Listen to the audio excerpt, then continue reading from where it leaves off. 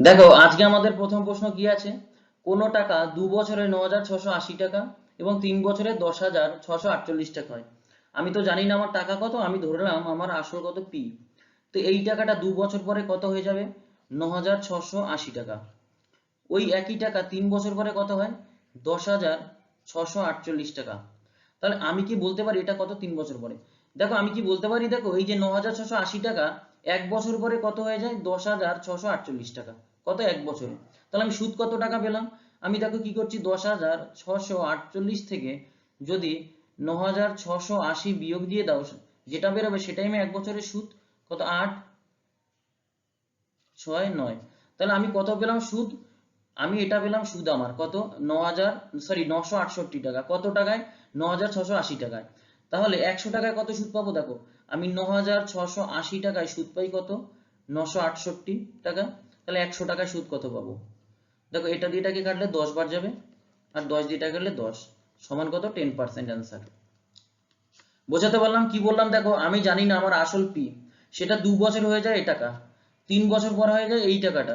তাহলে আমি বলতে পারি ঘুরিয়ে যে এই টাকাটা কত, 9,680 টাকায় 1 বছর কত, 10,648 টাকা হয়ে যায়। তাহলে আমি সুদ কত টাকা পেলাম, 968 টাকা। কত টাকায়? 9,680 টাকায়। তাহলে 100 টাকায় কত পাবো? সেটাই আমার অ্যান্সার, কত, 10%। চলো পরের প্রশ্ন যাব। আমার প্রশ্নে কি আছে, যদি প্রথম বছরের চক্রবৃদ্ধি সুদের হার 4%, দ্বিতীয় বছরের 5% এবং তৃতীয় বছরের 6% হয়, তবে 3 বছর পর 10,000 টাকার চক্রবৃদ্ধি সুদ কত?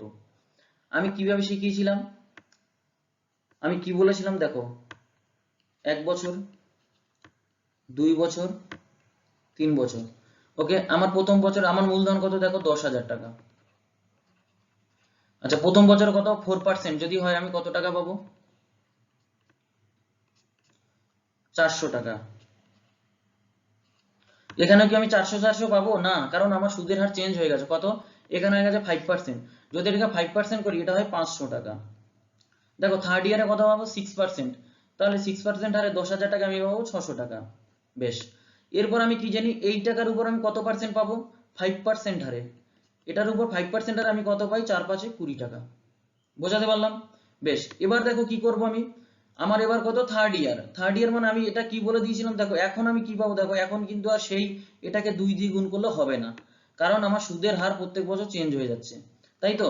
তাহলে আমাকে কি করতে হবে দেখো, আমি এই 400 টাকার উপরে, এই যে 400 টাকা, এর উপর আমি 6% হারে সুদ পাবো, তাহলে কত টাকা পাবো, 24 টাকা।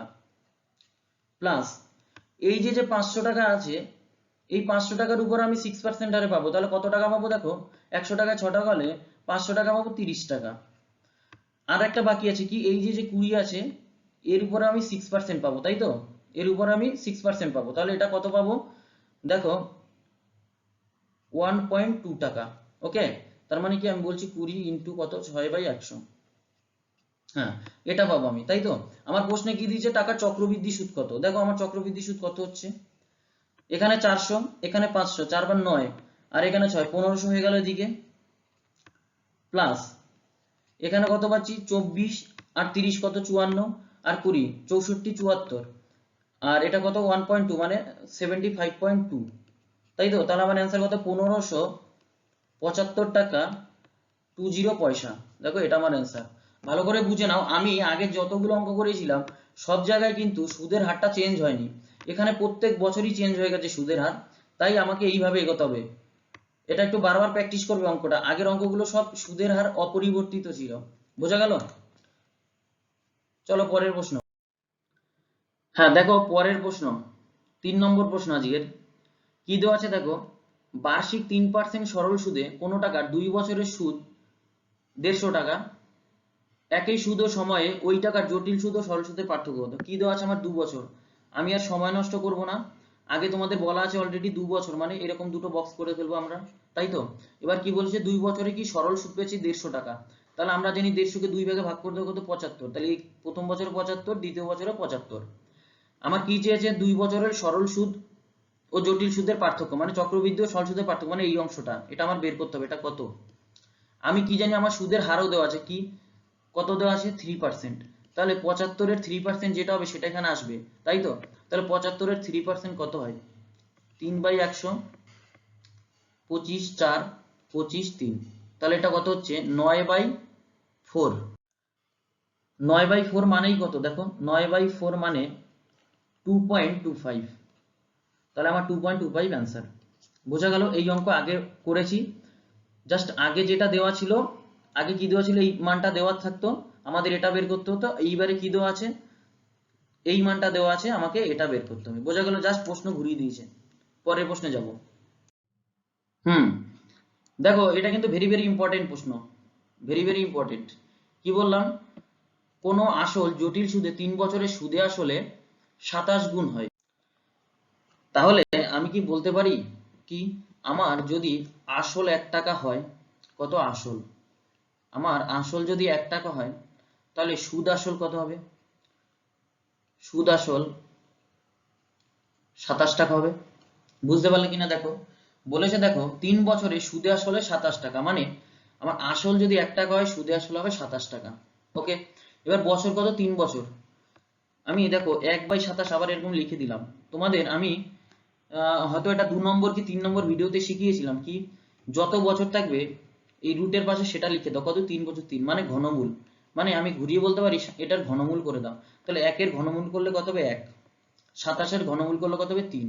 তার মানে আমি কি বলতে পারি, আমার যদি 1 টাকা থাকতো সেটা হতো কত 3 টাকা সুদে আসলে। আমার আসল যদি 1 টাকা হতো, যদি আসল 1 টাকা হতো, আমার সুদে আসলে হবে কত 3 টাকা। তাহলে আমি সুদ কত টাকা পাচ্ছি 2 টাকা, সুদ কত টাকা পাচ্ছি 2 টাকা। তাহলে 2 টাকা সুদ পাই কখন, যখন আমার আসল 1 টাকা। তার মানে আমি বলতে পারি 1 টাকায় সুদ পাই 2 টাকা, তাহলে 100 টাকায় কত সুদ পাই, সেটাই আমার অ্যান্সার, কত 200। তাহলে সুদের হার কত হবে 200%। বোঝা গেল? সুদের হার কত 200%। অঙ্কটা ভালো করে বুঝে নাও। আবার বলছি কি করছি, আমি ধরলাম আমার আসল 1 টাকা, সুদে আসল হয় 27 গুণ, তাহলে 27 × 1 মানে 27। তাহলে যেহেতু 3 বছর আছে সেজন্য এটা কি করবো ঘনমূল, তাহলে 1 এর ঘনমূল করলে 1 হয়, 27 এর ঘনমূল করলে 3 হয়। তার মানে আমার যদি আসল 1 টাকা হয়, আমি কত 3 টাকা পাই, তাহলে আমি সুদ পাই কত টাকা, আমি সুদ পাই 2 টাকা। তাহলে 2 টাকা সুদ পাই কখন 1 টাকায়, 1 টাকায় সুদ পাই 2 টাকা, তাহলে 100 টাকায় সুদ পাই কত, সেটাই আমার সুদের হার। তাই তো, সুদের হার মানে 100 টাকায় সুদ কত, তার মানে আমার 200% সুদের হার। বোঝা গেল? চলো পরের প্রশ্ন দেখে নিই। দেখো কি বলেছে পরের প্রশ্নে, কোন মেশিনের মূল্য বছরের শুরুতে যা থাকে তার 10% হ্রাস পায় যদি বর্তমানে মেশিনের মূল্য 7290 হয়, 3 বছর পূর্বে মূল্য কত। দেখো আমার হ্রাস পায় কত, কি হারে 10% হারে। এই 10% মানে কত 1/10। তার মানে বর্তমান বছরের মূল্য যদি 10 টাকা হয়, পরের বছরের মূল্য 1 টাকা কমে যাবে, হবে কত 9 টাকা, তাই তো।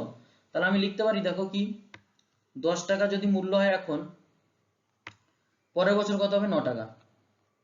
এটা এই ঘটনাটা কবার হয়, 3 বার হয়, 3 বছর পর পর। তাহলে 10 আবার 9 আবার 10 আবার 9।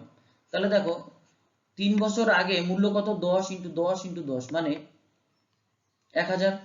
আর 3 বছর পরে মানে বর্তমান মূল্য, এটা হলো কি 3 বছর পূর্বের মূল্য। আর এই দিকেরটা কি আসবে বর্তমান মূল্য, কত 9 × 9 × 9 মানে 729।